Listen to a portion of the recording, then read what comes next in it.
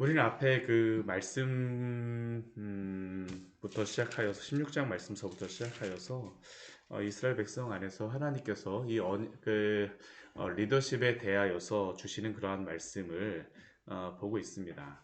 그러한 가운데 이스라엘 백성들이 우리가 어제도 보았었지만 17장 마지막에서 범죄한 그러한 가운데서 우리가 하나님 앞에 나아갈 수 없습니다. 오히려 하나님 앞에 나아가게 되면 죽게 됩니다. 우리가 죽게 되었나이다, 망하게 되었나이다, 다 망하게 되었나이다 라는 그러한 이스라엘 백성의 외침.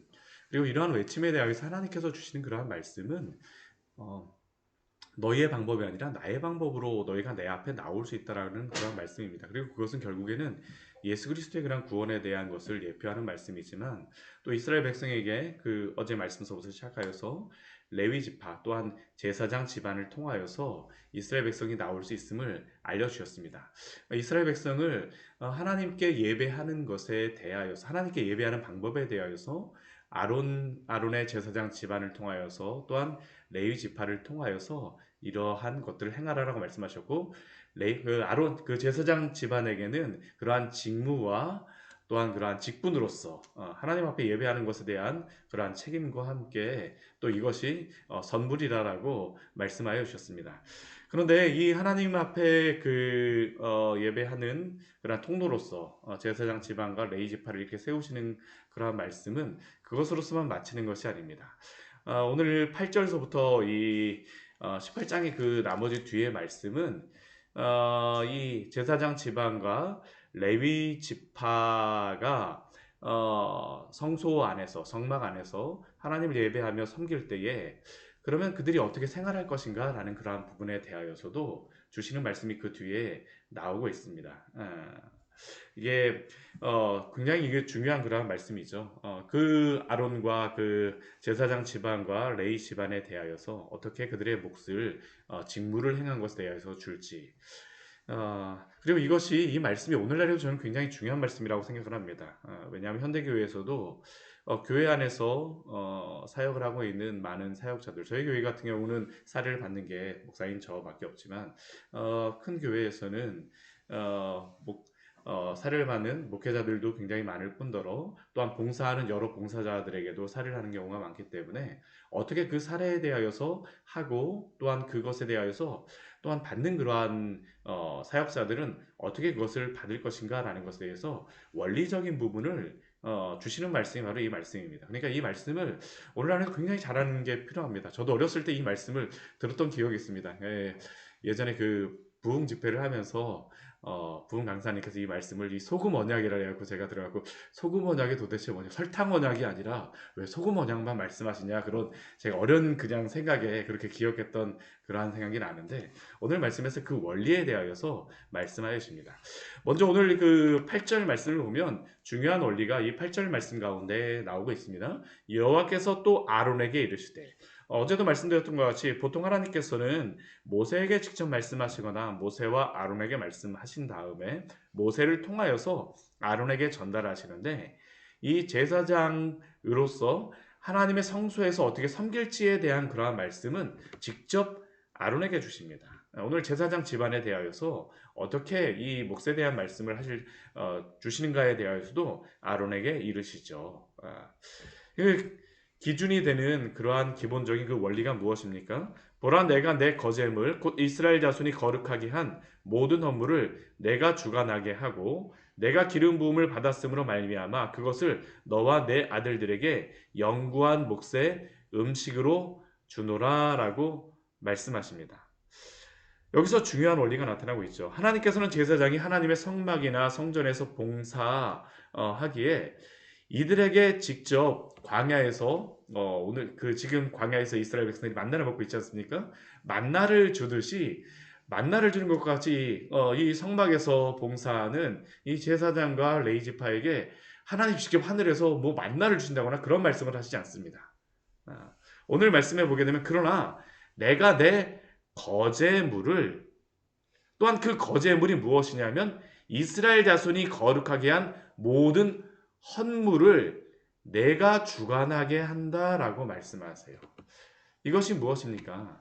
이스라엘 백성이 하나님 앞에 드리는 그러한 제물은 이 거제물이라고 하지만 이것은 제물입니다. 통칭하여서 지금 거제물이라고 하고 제물이라고 하는데 그러한 헌물은 하나님께 드린다라는 것입니다.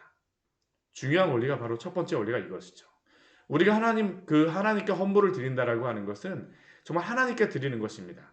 이스라엘 백성이 하나님 앞에 제물을 드린다고 했을 때 아무나 그냥 드리는 게 아닙니다. 우리 그 앞에 말씀에 보게 되면 흠없는 또 구별하여서 이러한 말씀들을 주시는데 지금 여기에 나타내는 거룩하게 한 모든 헌물이 바른 것입니다. 이스라엘 백성들이 하나님 앞에 드린다고 했을 때는 이거는 거룩하다라고 하는 것은 구별한 것입니다. 하나님 앞에 드리기 위하여서 거룩하게 구별한 것. 그리고 이것은 누구의 것이 됩니까? 하나님의 것이 된다라는 것이죠. 그러니까 우리가 하나님 앞에 제물을 드린다는 것은 이것은 하나님이 받아주시겠다라는 것을 여기에서 말씀하시는 것입니다. 너희가 구별하여 거룩하게 한 제물을 내가 받아주겠다. 그러면 이 제물을 드린 것에 대해서 헌물을 드린 것에 대하여서 하나님이 영이신데 하나님이 직접 이것을 사용하실 필요가 있으십니까? 아닙니다. 하나님이 이것을 직접 사용하시는 것은 아니죠. 그렇다면 이것을 주관하고 사용하는 그러한 사람은 누가 이것을 주관하게 되어집니까? 제사장에게 이것을 주관하라고 말씀하십니다. 내가 주관하게 하고 내가 기름 부음을 받았음으로 말미암아 그것을 너와 내 아들들에게 영구한 몫의 음식으로 주노라. 여기에 두 번째 중요한 원리가 무엇입니까? 제사장과 레위인에게 주는, 지금 이 말씀은 특별히 여기 오늘 말씀은 제사장에게 주는 그러한 몫인데요. 이제 내일 레위인에게 주는 그러한 몫에 대해서 보게 될 텐데, 제사장에게 주는 그러한 몫은 사람이 주는 것이 아니라 하나님이 제사장에게 준다라는 겁니다. 이 원리가 굉장히 중요한 것이죠. 드리는 사람은 하나님께 드리고 받는 사람은 하나님께서 직접 주신다라는 겁니다. 왜 그들에게 이것을 몫으로 주십니까? 내가 기름 부음을 받았으므로 하나님이 세웠다라는 것이죠. 너가 하나님께 세움을 받았으므로 너가 특별히 구별받았기 때문에 너에게 이것을 내가 영구한 몫의 음식으로 준다라는 것을 말씀하시는 것입니다. 이게 굉장히 중요합니다. 교회 안에서 우리가 사례를 하고 이러한 헌물을 드리고 할 때 가장 시험에 드는 것 중에 한 가지가 뭐냐면 목회자한테 사례를 한다 할 때 이것을 사람이 사례를 하고 또한 목회자도 사례를 받는다고 했을 때 아니면 교회에서 사역자들도 사례를 받는다고 했을 때 이것을 사람에게 내가 월급으로 받는다라고 하게 되면 그것은 어떠한 것일까요? 적어도 그것은 하나님이 역사하시는 그러한 곳은 아닐 것입니다. 사람의 장소일 수밖에 없게 되어지죠. 오늘 굉장히 중요한 원리가 바로 이것입니다. 너희는 하나님 앞에 나에게 드리라고 말씀하시고 또한 받는 사람 어떻습니까? 하나님께 받으라라고 말씀하십니다. 받는 자들은 이것을 하나님께서 주시는 영구한 몫으로 받으라라고 말씀하세요. 하나님이 구별하여서 주시는 거라는 것입니다. 하나님 앞에서 이러한 모든 사례조차도 행하라는 겁니다. 하나님 앞에서. 이 의식이 없게 되면 어떻게 됩니까? 인간적인 모임이 될 수밖에 없고 인간적으로 자존심의 그러한 문제가 여기에 들어갈 수밖에 없게 되어지죠. 하나님 앞에서. 하나님 앞에서. 그리고 이제 이 이후의 말씀서부터 보게 되면 하나님이 그 제사장 집안에게 주시는 이렇게 영구한 몫으로 주시는 그 음식이 무엇인가라는 것에 대하여서 말씀하십니다. 아무거나 다 이렇게 그 몫으로 나는 것이 아니라 하나님이 그 중에서 이렇게 주시는 몫이 있다는 것을 보여주시죠. 첫 번째 우리 9절 말씀에 보게 되면 이렇게 말씀하십니다. 지성물 중에 불사르지 아니한 것은 내 것이다 라고 말씀하십니다. 지성물 중에 불사르지 않은 것. 첫 번째 제사장에게 주어지는 그러한 몫은 지성물입니다. 지성물. 우리 그 성소 안에서도 지성소가 있지 않습니까? 지성소? 근데 이 지성소도 그 지성소라는 이름이 그 거룩하고 거룩한이라고 하는 그러한 단어를 가지고 두 번 사용으로 말미암아서 지성소라고 했는데 이 지성물도 동일한 단어를 가지고 사용합니다. 거룩하고 거룩한. 거룩한이라고 하는 단어를 두 번 사용하여서 이렇게 한 겁니다. 거룩하고 거룩한 것. 하나님 앞에 드려진 것이라는 것이죠. 하나님 앞에 드려진 것. 지극히 거룩한 그 중에서 불사르지 아니한 것. 불사른 것은 다 하나님께 드리는 것입니다. 그 중에 불사르지 아니한 것은 내 몫이다라고 하나님께서 이렇게 말씀해 주세요. 그것이 무엇입니까? 소재물줄. 불사르지 아니한 그러한 소재물. 뭐 소재물 드린다고 하나님 앞에 다 드린 것이 아니라 그 한 움큼만 이렇게 드렸었죠. 그렇죠. 그리고 그 불사르지 아니한 것은 제사장에게 드리고, 또한 속죄제와 속건제물의 대부분의 것들은 다 하나님께 불사러서 드리지만 가죽은 제사장에게 불사르지 않았으니 이것은 제사장에게 구별하여 드린다라는 겁니다. 이 지성물에 대하여서는 제사장에게 준다라고 합니다. 근데 이 제사장에게 주는 것 중에 이 지성물은 거룩하기 때문에 이거는 또 더 구별되어집니다. 먹는 그러한 사람들이 오직 누구만 먹을 수 있냐 하면 남자 제사장들만 먹을 수 있냐. 직접 하나님 앞에 제사장으로서 봉사하는 사람. 그래서 그 뒤에 말씀에 보게 되면 소제와 속죄제와 속건제물은 다 지극히 거룩한즉 너와 내 아들들에게 돌리리니. 너와 내 아들들 제사장 일을 하는 그러한 사람들입니다. 그래서 이들은 어떻게 하냐면 거룩히 여김으로 먹으라라고 말씀하십니다. 성물이기 때문에 남자들만이 이것을 다 먹으라라고 말씀하시죠.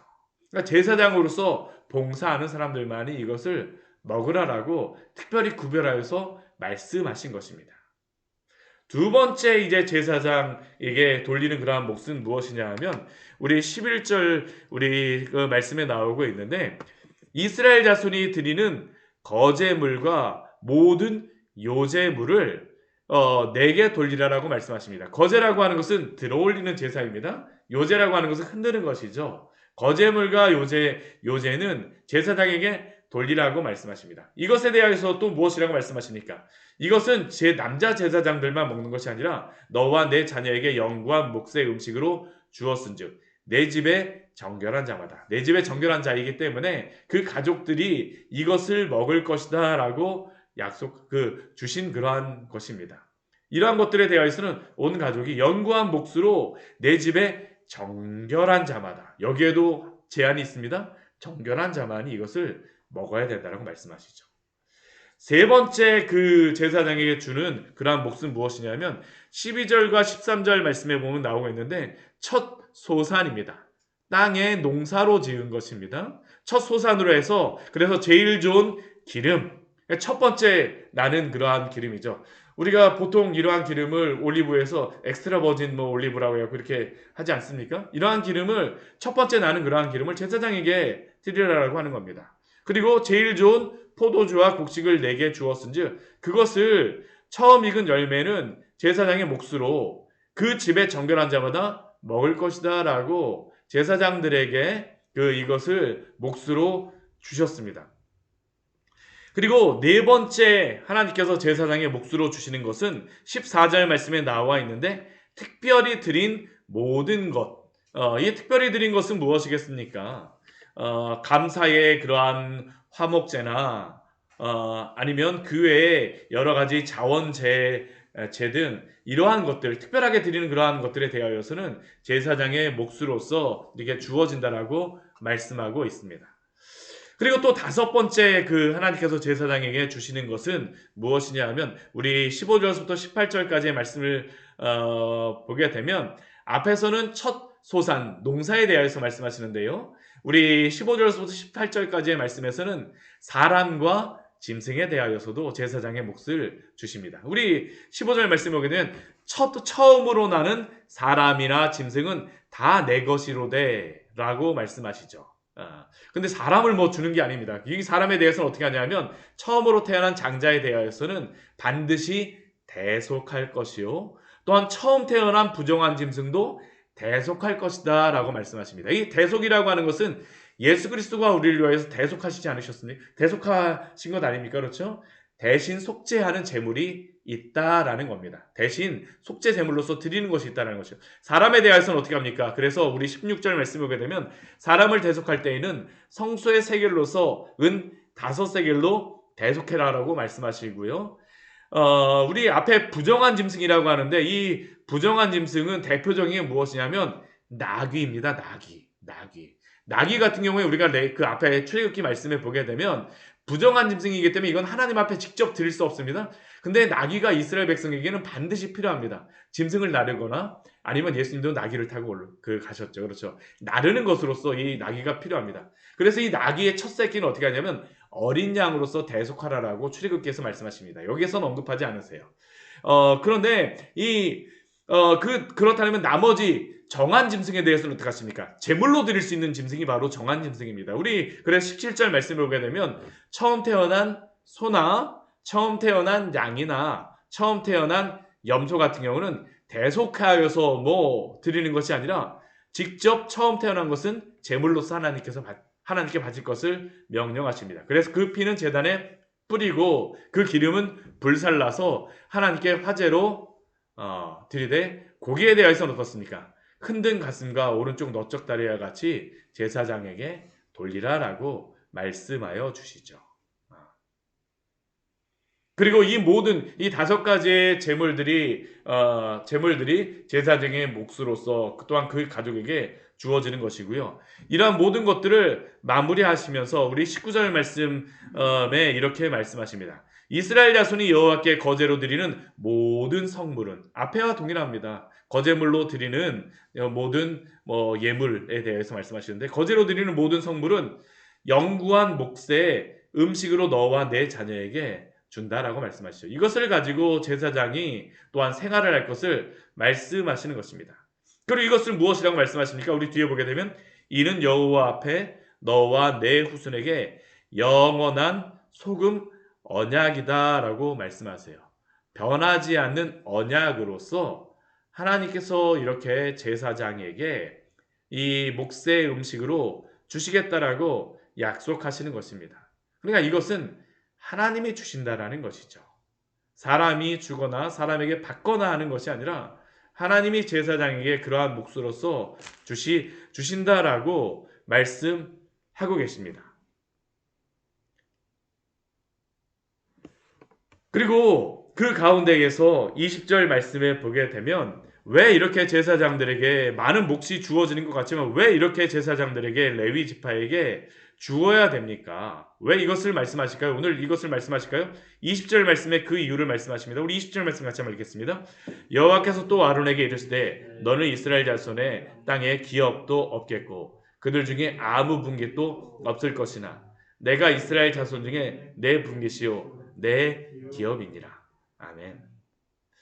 이제 이후의 말씀을 보게 되면 제사장 집안은 가갖고 살 수 있는 마을하고 집에 그러한 것들은 말씀해 주시지만 땅에 대해서 농사 지을 수 있거나 할 수 있는 그러한 것들에 대해서는 더 이상 주시는 게 없습니다. 그럼 제사장들은 무엇으로 살아가는 걸까요? 이것으로 살아가라고 말씀하시는 것입니다. 하나님이 주시는 것으로. 너희들에게는 이스라엘 땅에서 적과 끓이는 그 땅에서 직접 너희의 기업은 없을 것이지만 아무 분깃도 없다라고 말씀하십니다. 땅의 기업도 없겠고 그들 중에 아무 분깃도 없을 것이지만 그들의 분깃은 무엇입니까? 내가 이스라엘 자손 중에서 내 분깃이요 내 기업이라고 말씀하십니다. 하나님이 먹이시고 입히시겠다라는 것이 바로 제사장과 또한 이제 이후에 레위 지파에게 주시는 그러한 말씀입니다. 그런데 이 말씀이 얼마나 은혜로운 말씀인지 모릅니다. 이스라엘 백성들은 기업을 받는다라고 하지만 기업을 받은 이스라엘 백성도 사실은 어떻게 살아가는 사람들일까요? 하나님의 은혜로 살아가는 사람인 줄 믿습니다. 우리 말씀 한 구절만 더 찾아보도록 하겠습니다. 우리 신명기 우리 11장 우리 10절과 12절의 말씀입니다. 우리 뒤에 말씀인데요. 가나안 땅에 들어가기 전에 바로 이 말씀을 주시죠. 이스라엘 백성에게 그 땅에 들어가게 되면 어떻게 할지를 주시는 말씀입니다. 우리 신명기 11장 우리 12절과 우리 9절 우리 11장 10절, 11절, 12절 말씀 같이 한번 읽겠습니다. 9절서부터 읽겠습니다. 9절, 10절, 11절, 12절, 신명기 11장 같이 읽겠습니다. 또 여호와께서 너희의 조상들에게 맹세하여 그들과 그들의 후손에게 주리라고 하신 땅 곧 적과 꿀이 흐르는 땅에서 너희의 날이 장구하리라.